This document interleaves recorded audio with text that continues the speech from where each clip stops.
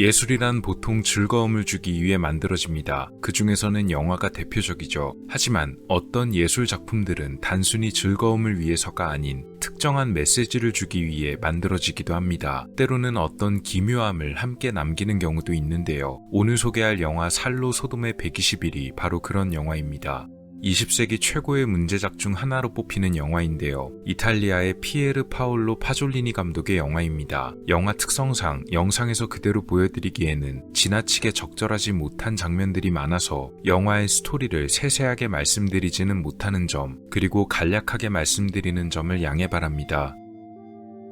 영화의 배경이 되는 곳은 실제 존재했던 살로 공화국이란 곳입니다. 이곳은 이탈리아에 위치했던 곳이며 원래 명칭은 이탈리아 사회공화국이지만 수도인 살로의 이름으로 더 익숙한 곳이라고 합니다. 실제로는 공화국의 독립적인 나라였다기보다는 이탈리아에서 쫓겨난 베니토 무솔리니가 나치 독일의 지원을 받아 세워진 일종의 꼭두각시 나라였습니다. 그래서 겉으로는 베니토 무솔리니가 원수였지만 실제로는 나치 독일의 무기나에 있던 그런 성격이었다고 하네요.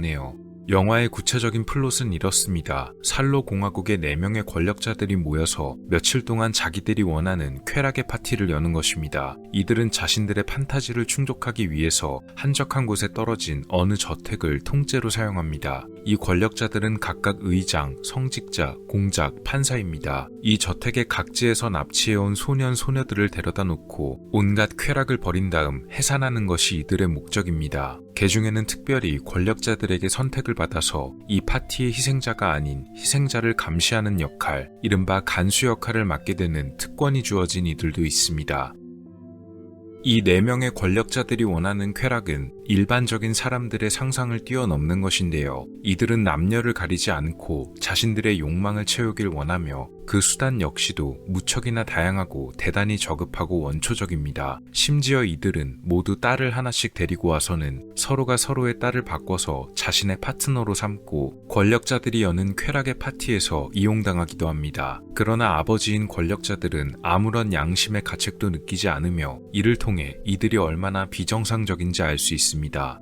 권력자들이 붙잡혀온 피해자들을 저택 앞에 모아두고 일장의 연설을 하며 경고를 하는 장면이 나옵니다. 이때 이들은 아예 대놓고 희생자들에게 말하길, 연약한 창조물인 너희는 쾌락을 위해 모인 것이니까 어떠한 자유도 기대해선 안 된다. 아무도 너희가 여기에 온 것을 모르니까 너희는 사실상 이미 없는 사람이나 마찬가지다. 이렇게 말하며 이들에게서 희망을 없애버립니다. 또한 기도를 비롯한 어떠한 종교적인 행위도 금지합니다.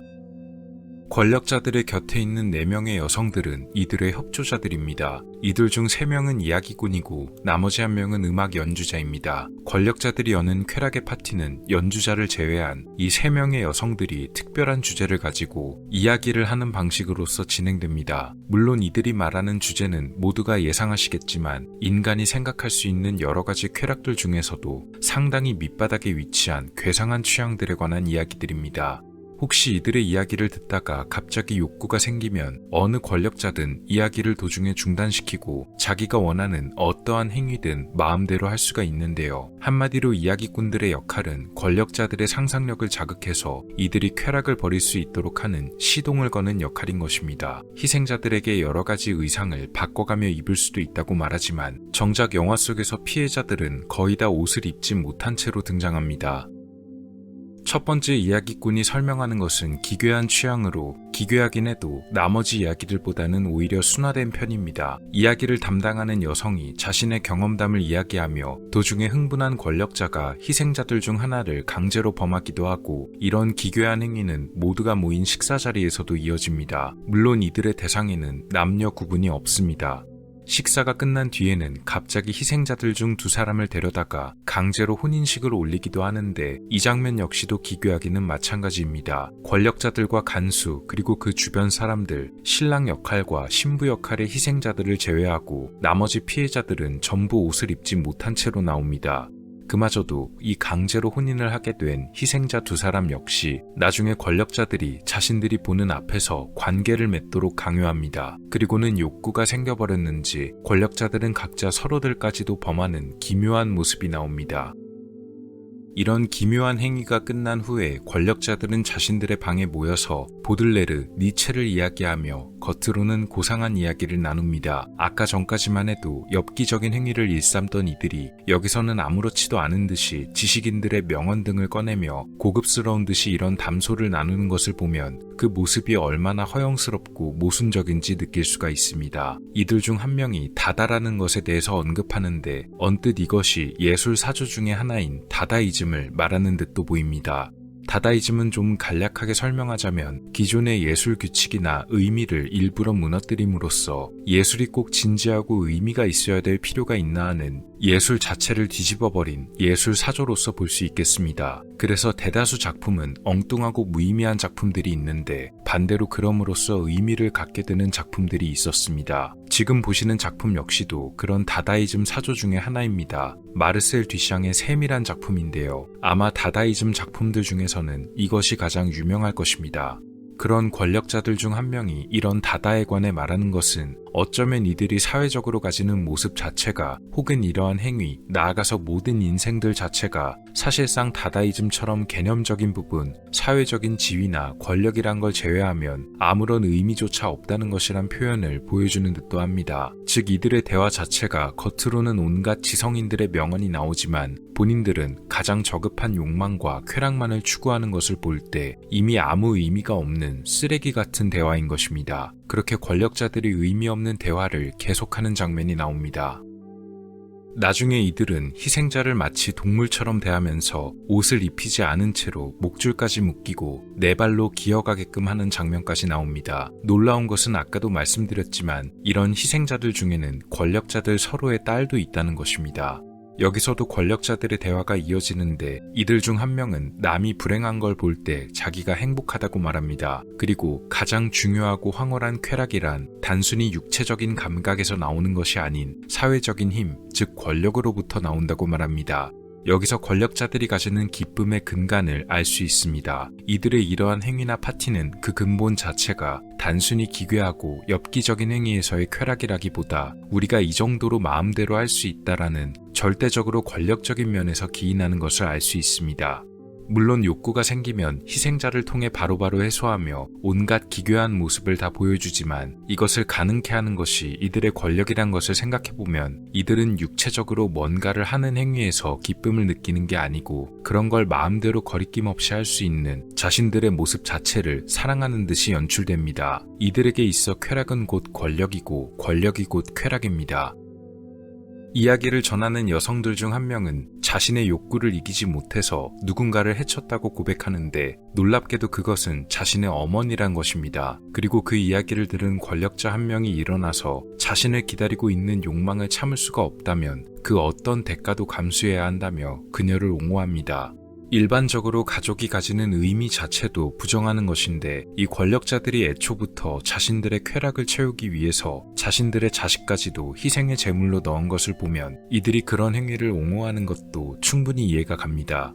게다가 권력자 자신도 그러한 저주를 어머니에게서 물려받았다며 자기도 이야기꾼과 똑같은 행위를 저질렀다고 말합니다. 여기서 이들의 세속적인 가치관에 대해 알 수 있는데 이들은 태어나는 것 자체가 저주란 사상을 가지고 있습니다. 어떻게 보면 태어남으로써 이미 저주를 받았으니 현세에 누리는 쾌락도 그에 대한 보상이란 의미처럼 다가오기도 합니다.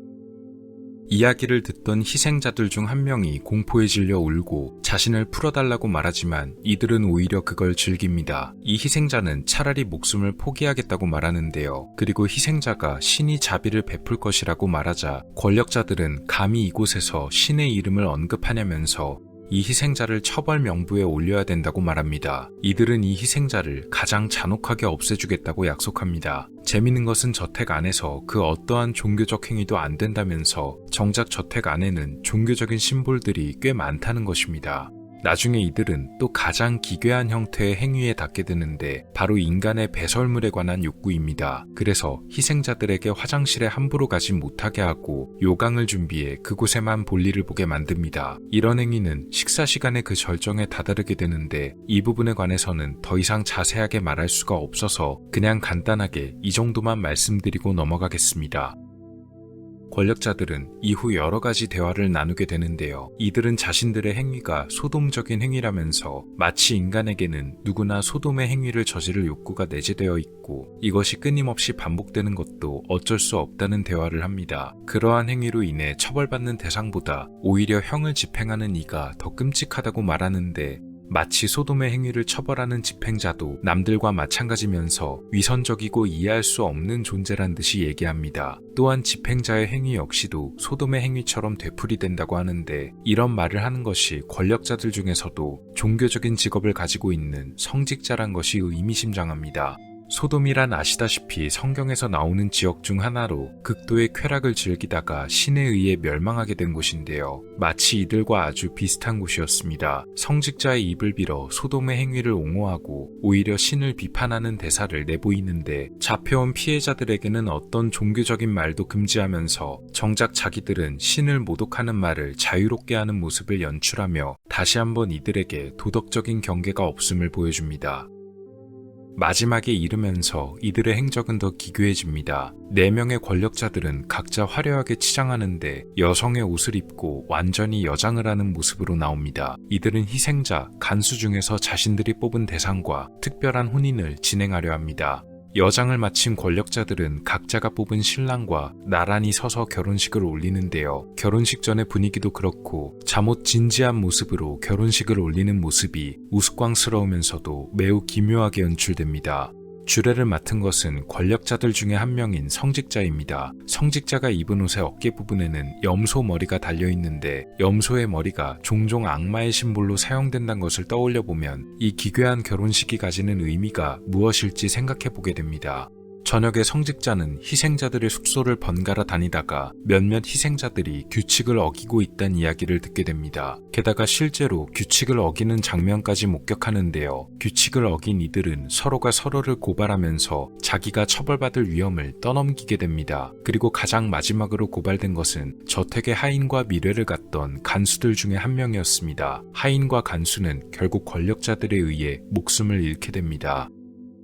마지막 날에 가까워지자 이들은 한 명 한 명의 이름을 부르고 이들에게는 하늘색의 리본을 달아줍니다. 그리고 리본이 달린 이들은 가장 마지막 날에 제일 끔찍한 최후를 맞이하게 될 것이라고 말합니다. 나머지 이들은 다시 집으로 돌려보내주겠다고 하지만 실제로 살아 돌아가게 될지는 아무도 모릅니다. 마지막 날의 이야기는 매우 끔찍하게 진행됩니다. 이야기꾼은 죽음과 그에 대한 방법에 관해 이야기하는데 하나같이 다 무섭고 충격적인 지옥 같은 이야기입니다. 이에 맞춰 권력자들은 자기들이 이름 불렀던 피해자들을 밖으로 불러내어 잔혹한 고문을 벌입니다. 권력자들은 자신들이 직접 고문에 참여하기도 하고 때로는 멀리서 지켜보며 그것을 즐깁니다. 피해자들에게는 끝까지 희망도 없는 처절한 결말뿐입니다. 그리고 방 안에 남아있던 간수 2사람이 서로 바라보다가 갑자기 음악을 크게 틀고 음악에 맞춰 춤을 추며 이런저런 대화를 합니다. 그리고 그런 간수들의 모습을 끝으로 영화는 막을 내립니다. 감독은 원래 4가지 정도의 결말을 고려했는데 최종적으로는 이런 결말로 결정된 듯 하네요. 이탈리아의 영화 살로 소돔의 120일이었습니다. 말씀드린 대로 피에르 파올로 파졸리니 감독의 작품이며 아마 이 작품을 한 번이라도 보셨던 분이거나 혹은 한 번이라도 들어보신 분들이라면 이 영화가 왜 20세기 최고의 문제작으로 뽑히는지 아실 겁니다. 작품이 만들어진 시기가 1970년대임을 감안하면 영화의 소재나 연출이 꽤 파격적이란 점을 알 수 있습니다. 제가 생각하는 영화의 개인적인 해석은 이렇습니다. 영화의 전체적인 흐름을 보면 자신들의 힘을 사용해 극단적 권력을 추구하는 권력자들 그리고 그들에 의해 유린당하는 희생자들의 대비로 마치 지배층과 피지배층의 계급이 나눠지는 단순히 사회적 부조리함을 이야기하려는 것처럼 보일 수도 있습니다. 하지만 영화가 보여주려는 것은 간단히 그것만은 아닐 것입니다. 파졸리니 감독이 보여주는 쾌락을 즐기는 지배층과 그 밑에서 고통받는 피지배층이란 구조는 사실 영화적으로는 거의 특별할 것이 없고 지배하는 악역과 핍박을 받는 피해자들이란 오히려 대단히 진부한 구조를 띠고 있습니다. 아마 이러한 구조를 가진 영화를 많이들 보셨을 겁니다. 다만 파졸리니 감독은 그것을 아주 극단적으로 표현했는데요. 보통은 이렇게 억압받던 피지배층이 들고 일어나서 지배층을 뒤엎거나 무너뜨리는 반전이 있기도 하지만 파졸리니 감독은 끝까지 지배층은 지배층으로서 남고 희생자들이 당하는 처절한 모습을 보여주면서 마치 당신들이 기대하는 것과 같은 일은 일어나지 않는다, 영화처럼 권력이 뒤집히거나 할 일은 없다는 영화를 만들어냈습니다. 오히려 관객이 원하던 카타르시스를 쉽게 주지는 않은 것이죠. 바꿔 말하면 그저 피지배층이 무기력하게 당하는 모습만 비춰주며 관객들이 희생자에게서 현실 속 그들의 모습을 보는 것만 같은 다른 의미로 괴로운 영화로서 조명될 수 있다는 것입니다. 영화에서 이런 구조가 주는 재밌는 점이 하나 있는데 그것은 지배계층에게서 일정한 힘을 부여받은 이들에 관한 것입니다. 바로 희생자를 감시하는 간수들에 관한 것입니다. 이들은 지배층의 쾌락을 공유하기도 하고 때로는 피지배층의 고통을 공유하기도 하는데 특히 간수 중 한 명이 저택의 하인과 미래를 즐기다가 권력자들에 의해 목숨을 잃게 되는 장면 등이 그렇습니다. 그럼에도 불구하고 지배층에게서 넘겨받은 권력을 통해 이들은 지배층이 하는 것과 별반 다르지 않은 행위를 벌입니다. 희생자들의 면전에서 그들을 대놓고 모욕하거나 하는 행위, 어떤 면에선 간수들이 지배층이 벌이는 쾌락적인 행위를 마치 어설프게 흉내낸다는 듯이 보여집니다. 권력의 이동이 그것을 부여받은 이들과 그렇지 않은 이들에게 어떻게 작용하는지에 관해서 아주 잘 나타냅니다. 모두가 그렇게 되어가는 것은 아니지만 권력의 모습은 그것을 부여한 주체에 따라 대개는 비슷하게 닮아간다는 것입니다. 영화는 원래 사드 우작이 남긴 소돔의 120일이란 소설이 원작입니다. 사드 우작이 생전에 갖고 있던 사상이 투영된 이야기를 당연히 작중에서도 언뜻 내비칠 수밖에 없는데요. 파졸리니 감독은 가장 본능적이고 밑바닥의 쾌락을 추구하는 권력가들의 모습을 보여주면서 이것이 너무나 불쾌하고 기묘하지만 대개는 그들과 그들의 행위가 어떤 면에선 우습도록 보이게 연출합니다. 최고의 권력을 쥔 이들이 누가 봐도 저급하고 기묘한 행위를 벌이는데 정작 그들은 그런 행위에 진지하고 엄중한 모습으로 임하기에 어떤 때는 이들이 완전히 광대처럼 보이기 때문입니다. 그래서 피지배층이 어떠한 저항도 하지 못한 채 결말을 맞이하고 권력자들은 그대로 정신나간 광대 같은 모습으로 비춰지는 것이 한편으로는 이 살로 소돔의 120일이란 영화가 마치 감독이 세상에 보내는 거대한 비웃음처럼 다가옵니다. 아마 이것도 사드 우작의 원작에서 지대한 영향을 받았기 때문일 것입니다. 대다수는 영화의 기묘함, 잔혹함에만 집중하지만 제 생각엔 좀 더 많은 것이 들어있는 영화입니다. 실제로는 그 안에 비판적인 메시지가 들어있고 파졸리니 감독은 그 메시지를 좀 더 원초적으로 전달했을 뿐입니다. 이야기의 무대가 되는 살로 공화국이란 자체가 그러한 권력과 권력이 뒤섞인 곳이었으며 시기도 대단히 혼잡스러운 때였기에 아마 파졸리니 감독은 이러한 권력의 모습을 보여주기 위한 적절한 배경으로 살로 공화국을 선택한 듯합니다. 사실 여기에는 파졸리니 감독의 가족력도 있습니다. 파졸리니 감독의 형제가 무솔리니, 나치 독일의 세력에 저항하는 저항군 활동을 하던 전력이 있던 사람이었기 때문입니다. 그리고 그로 인해 결국 숨지게 되었는데요. 아마 이것도 배경이 살로 공화국이 된 이유 중 하나일 것입니다. 영화에는 기묘한 사실이 한 가지 더 얽혀 있는데요. 파졸리니 감독은 원래 이 영화를 시작으로 해서 또 다른 연작을 더 제작하려 했지만 이 작품이 그의 마지막이 되고 말았습니다. 그가 의문의 죽음을 맞이했기 때문입니다. 발견된 그의 시신 상태는 매우 참혹했다고 합니다. 당시 범인으로 17살의 소년이 체포되었는데 경찰에서는 이 소년이 파졸리니 감독과의 연인 사이였으며 다툼을 벌이던 중 이들의 다툼을 목격한 사람들이 파졸리니 감독을 무차별 폭행한 뒤 숨지게 만들었고 이 소년도 그의 동조해서 그렇게 되었다는 것입니다. 이 소년은 징역 9년형을 선고받았습니다. 그러나 이후 이 사건은 조작되었던 것으로 밝혀집니다.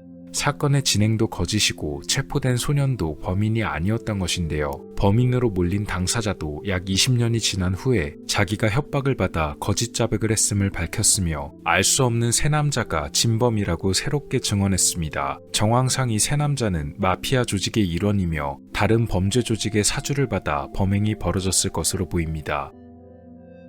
여담으로 작품 자체의 내용을 제외하면 제가 이 작품에서 가장 좋았던 것은 영상미입니다. 화면 안에 들어오는 장소나 사물 그리고 배경들이 영화의 좀 비틀어진 내용과는 다르게 생각보다 아름다울 때가 꽤 많아서 그 점이 마음에 들었습니다. 저택 내의 소품들과 인테리어도 하나하나 보면 당시에 상당히 신경을 써서 배치했다는 것이 눈에 들어옵니다.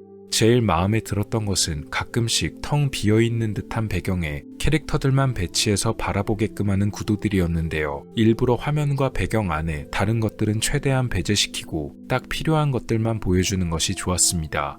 당시에도 말도 많고 탈도 많은 작품이고 지금 봐도 수위가 높은 작품이어서 평가가 갈리지만 다만 그런 보여지는 것을 제외하고 감상한다면 개인적으로는 나름대로 의미 있는 작품이지 않을까 싶었습니다. 감독이 말하고 싶었던 것들이 무엇인지도 한번 생각해 볼 만합니다. 한 가지 아쉬운 것은 그 표현들이 너무 원초적이어서 감독이 하고 싶던 말이 영상에 가려진다는 생각도 들었습니다. 감독이 당한 의문의 죽음까지 겹쳐지면서 그야말로 정말 저주받은 유작이 된 것이 아닐까 하는 느낌도 드네요. 20세기 최고의 문제작 중 하나인 살로 소돔의 120일 리뷰였습니다. 오늘 영상은 어떠셨나요? 다음 시간에도 더 많은 이야기들로 찾아뵙도록 하겠습니다. 미스터리 큐브였습니다. 감사합니다.